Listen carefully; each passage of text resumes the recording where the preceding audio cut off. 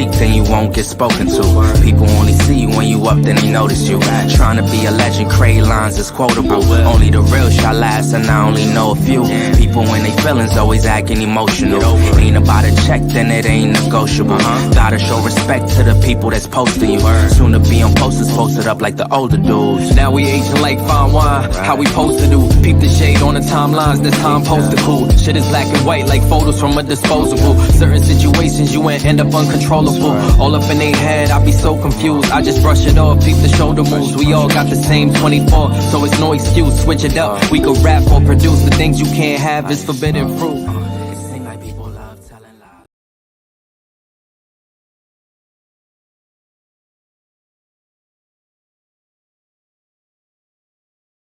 Well, first of all, listen, it's interesting about all these young guys today.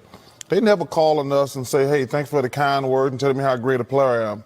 But when they play like crap and we call them out, we don't know what we're talking about. Listen, I'm easy to find.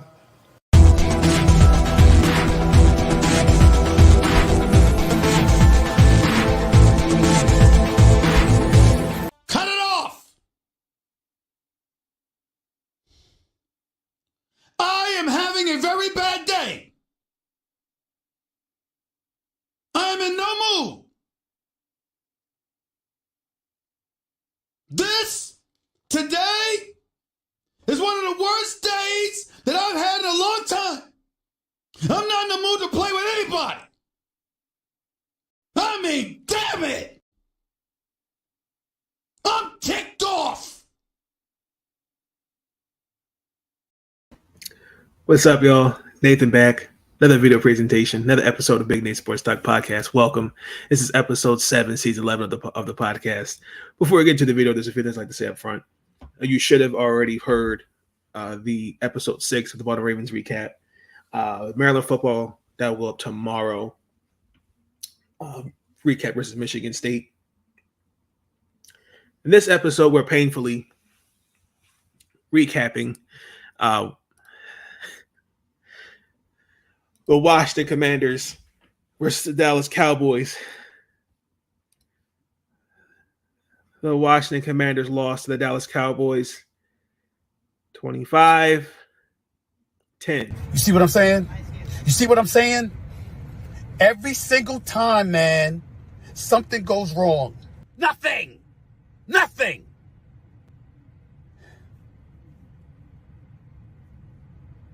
I'm be cool.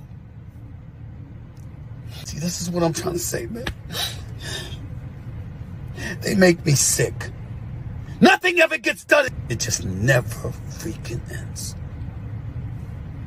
Oh! Where do I begin? We now lost our third straight game to Dallas. Offensively, we have been struggling. We've been struggling to protect Carson Wentz.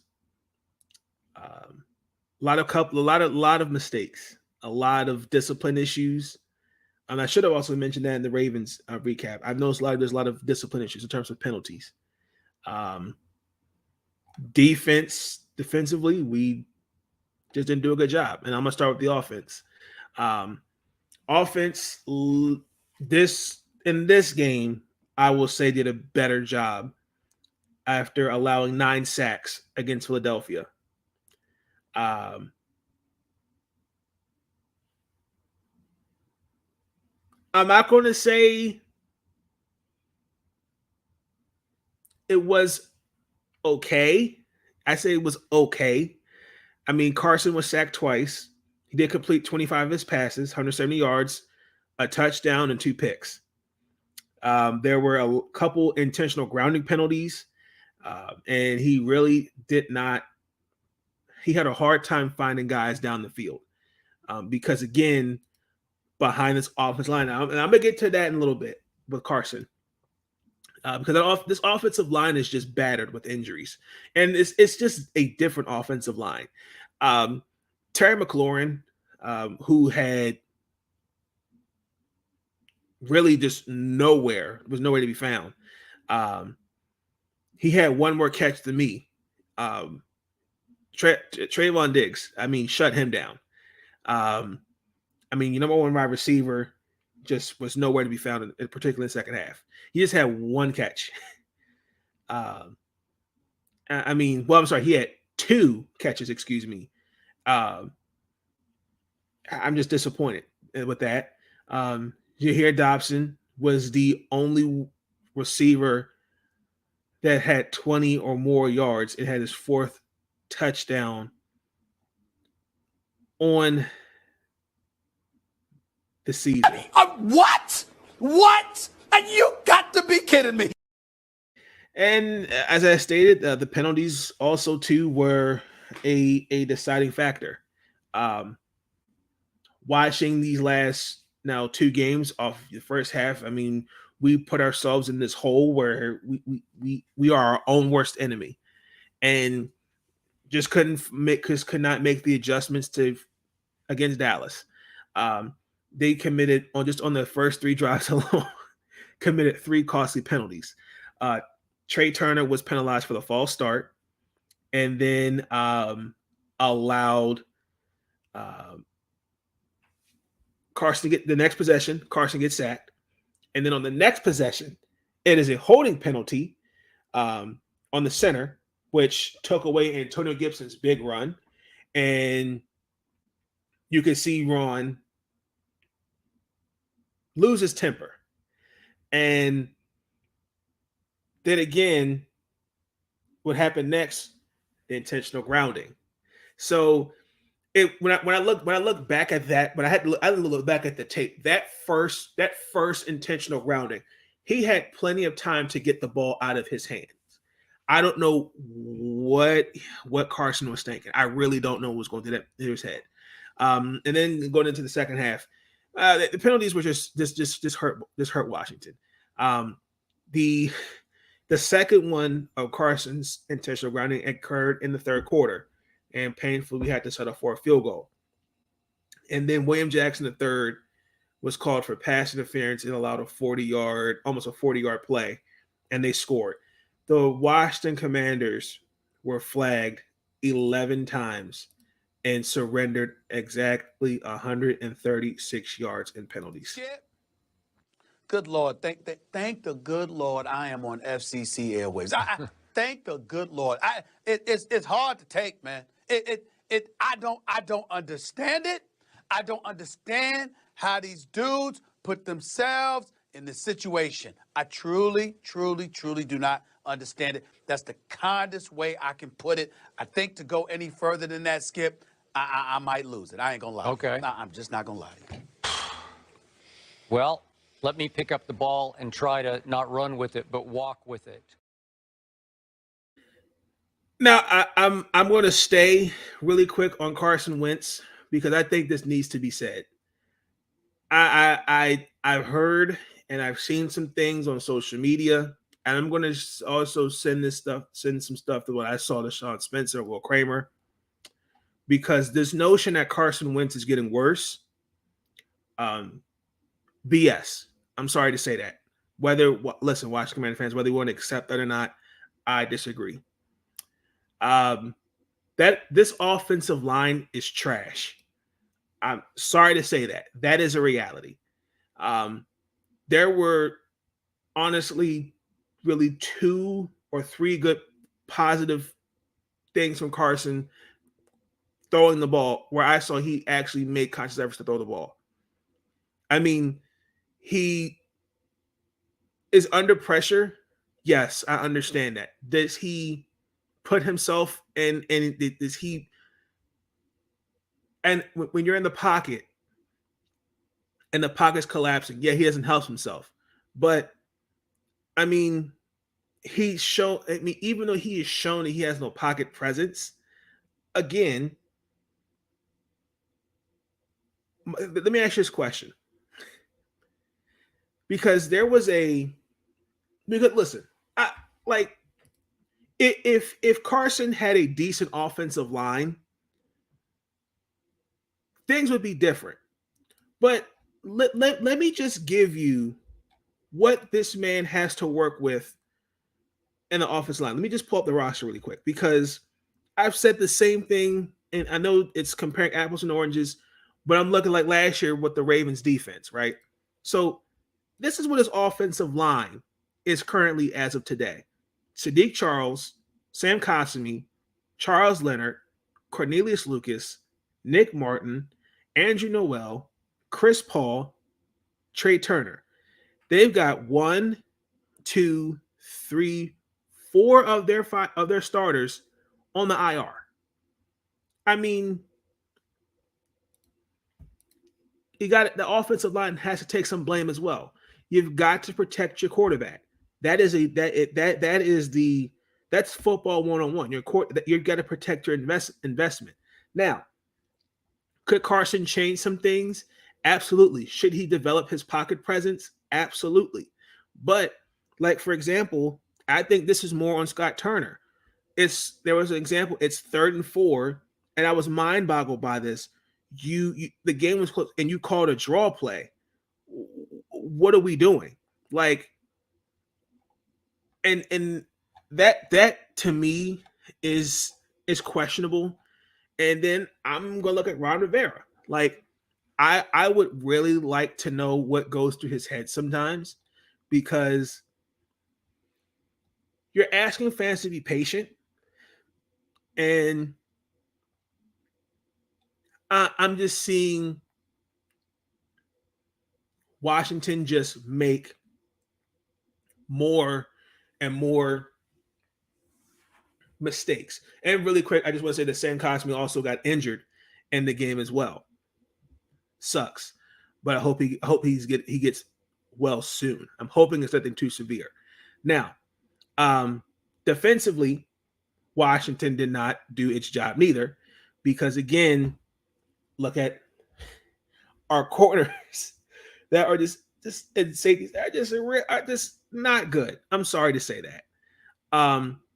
I thought that there were 2 minutes left in the game, and you gave what offensively that gave us some time. We had momentum, and he wanted time for the other possession. You scored. The point after. So if you think about it, it would have been 12-9. Because remember, Dallas scored, but then blocked an extra point. And then we had a chance to tie the game, but I forgot who it was that blocked the extra point. If you see the ball, go for it. Didn't happen.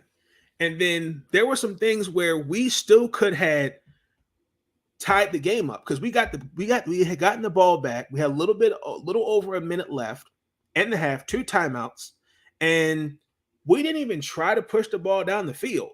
Like, that lets me know that they were just afraid of Dallas's pass rush. And they didn't want to go, well, let's just go into halftime. We're down 5. We'll be okay. That is the most that you got to try something. And this is where, again, I look at it. It's 50% coaching, 50% of the players. I'm going to say 51% coaches and 49% players, because this game showed me, and what I've seen so far, these four games, from a coaching standpoint, they don't know what they're doing. They're not making the adjustments. I mean, listen, if you want to call these guys out, like I say, we're calling for Carson Wentz to be sent to the bench. Understand who made these moves. I'm not calling for Ron Rivera's job, because we all know Dan Snyder. He had Jay Gruden here for 5 years, but I gotta look at Scott Turner. I gotta look at Ron Rivera. I gotta look at Jack Del Rio. But to stick with this offense, benching Carson Wentz does not solve these problems. And the same thing, if you put Taylor Heineke out there right now with this current offensive line, and he has a mediocre performance himself, what's the excuse then? Because then you can't move the goalpost and go, well, if you just put an offensive line in front of Taylor, he'll be okay. Oh, what about for Carson? And again, these stats, and I saw Minuscule.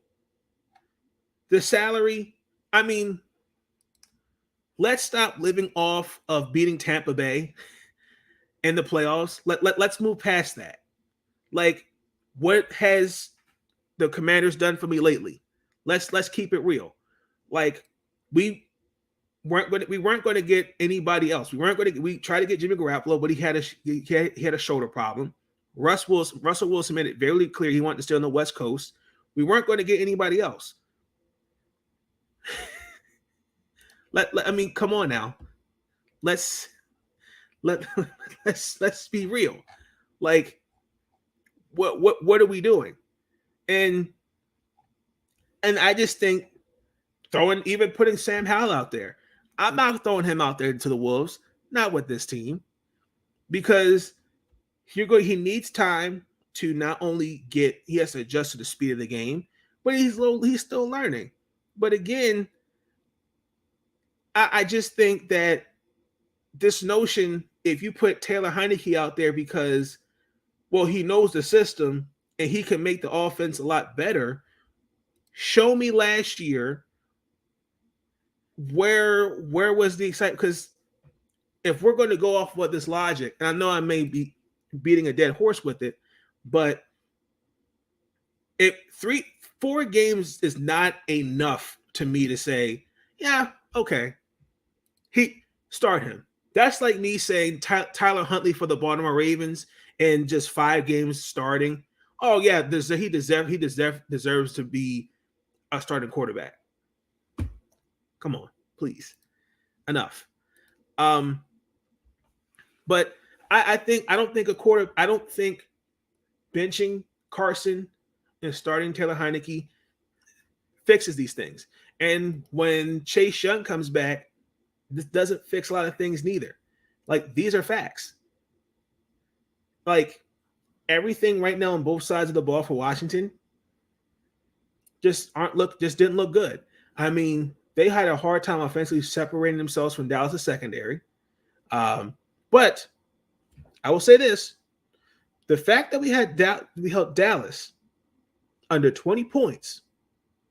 I mean, we kept them to 20 points, but mistakes cost us the game. Even though they scored 25, I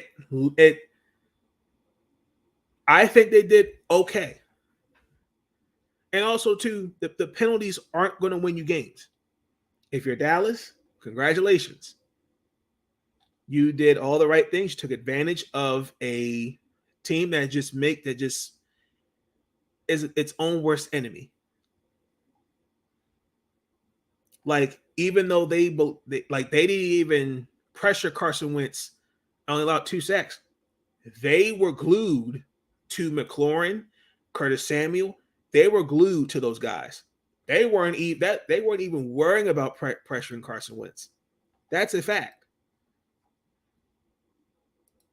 So and again, I still think it's salvageable.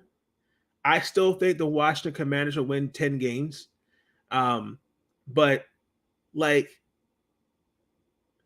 let's just we just have to understand that, one, Carson Wentz, he is who he is, whether we like that or not.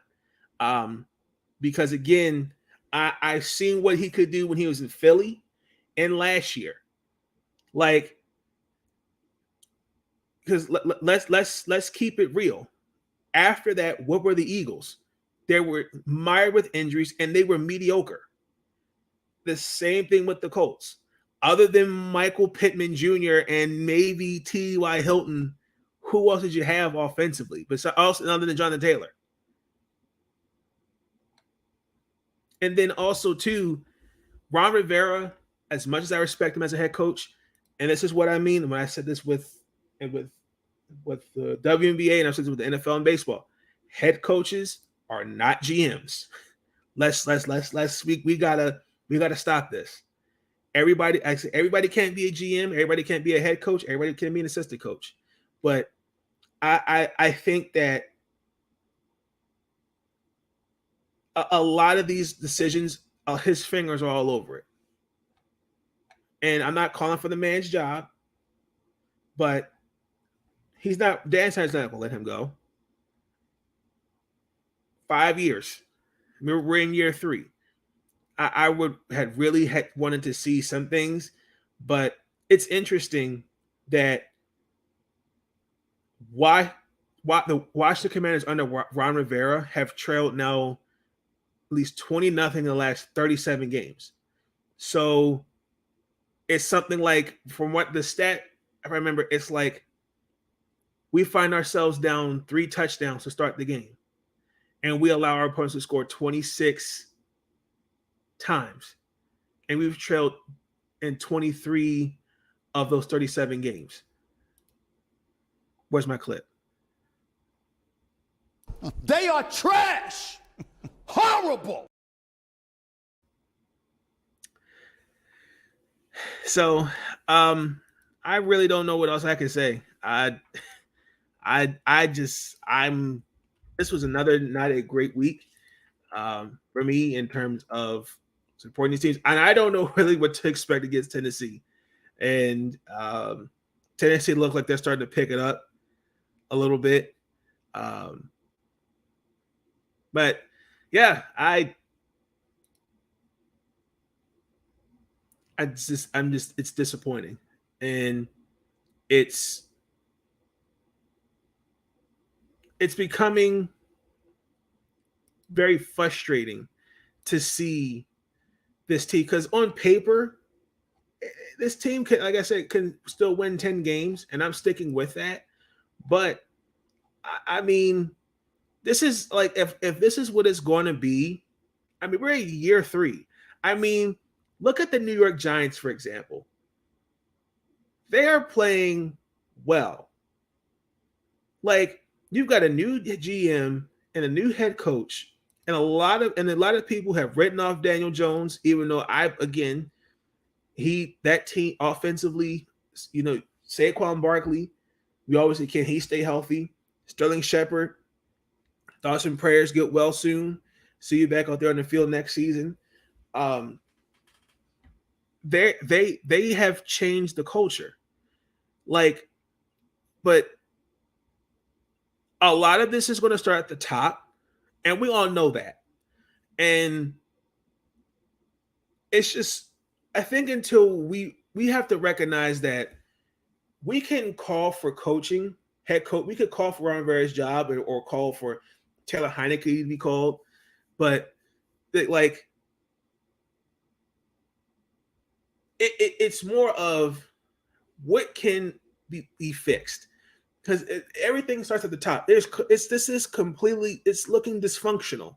I'm sorry to say that, because Jack Del Rio and Scott Turner, as they are as much as I respect them, I don't know what the hell they're doing. And they've just shown, they just don't know what the word adjustment means. And then, like, Ron Rivera, as a GM, his fingerprints are mostly on this team. Like, Dan, and we all know we can't rely on Dan Snyder, because there's nothing what can we do about it? I mean, again, let me close up by saying this.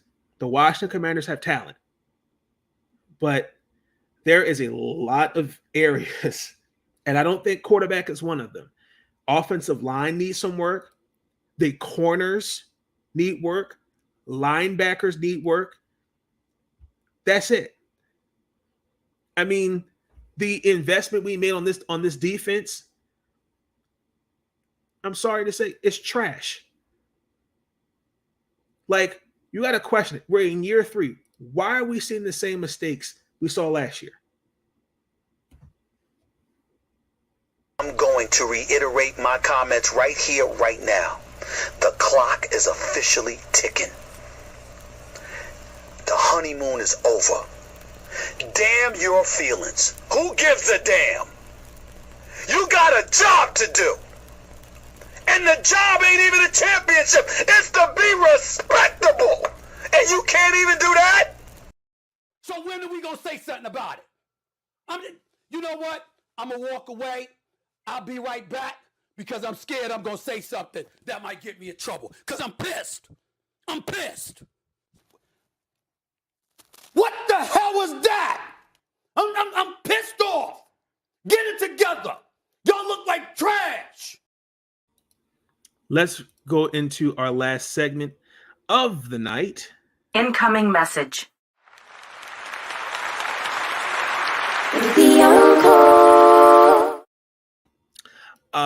I just wanted to just say it's October. I cannot believe that. We're exactly 2 months from this year being over, and we're going into 2023. I cannot believe that.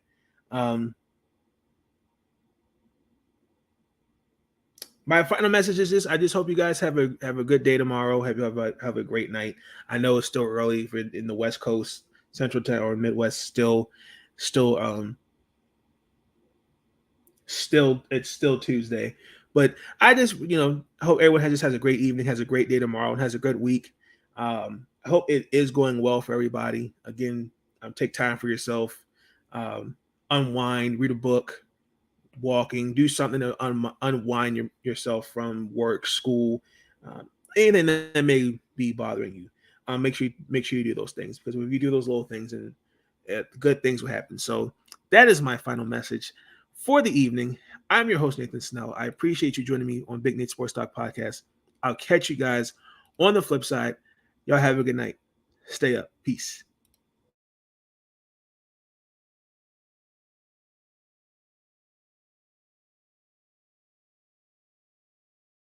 But I get sick of these guys complaining. I want you to understand. Don't ask me a damn question. Don't ask me anything. You sound off. I'm going to eat some cheese doodles. That's what I'm going to do right now. I'm going to eat some cheese doodles. I don't care. I got a bag of cheese doodles right here in my hand. Y'all go ahead and y'all sound off. If y'all hear me crunching in the background, this is what I do when I'm stressed. Some people squeeze a ball. Some people go, and they kickboxing, or they work out and all this other stuff. I eat cheese doodles. That's what I do when I'm stressed. I'm going to eat my cheese doodles. You guys go ahead and you sound off. I've got absolutely nothing else to say about this. This basketball abomination. I'm just that disgusted.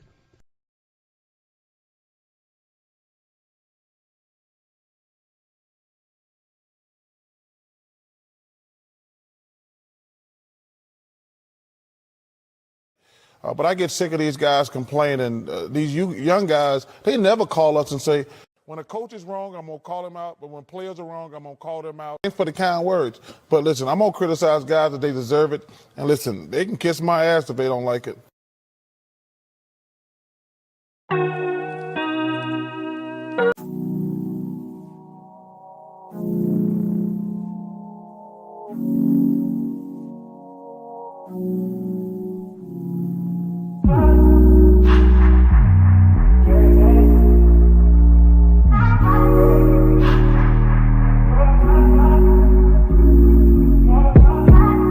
Told you so extra, but I know I'm the same. Yeah. Love me in spite of my trauma. Give me what I need instead of the drama. Cause when it pop off, it's like, oh my. All good all day, but the night we be going so hard on the flip side. So tell me what we on a day, babe. I could keep that same energy. When you go low, I go low too. But you'd rather stay high.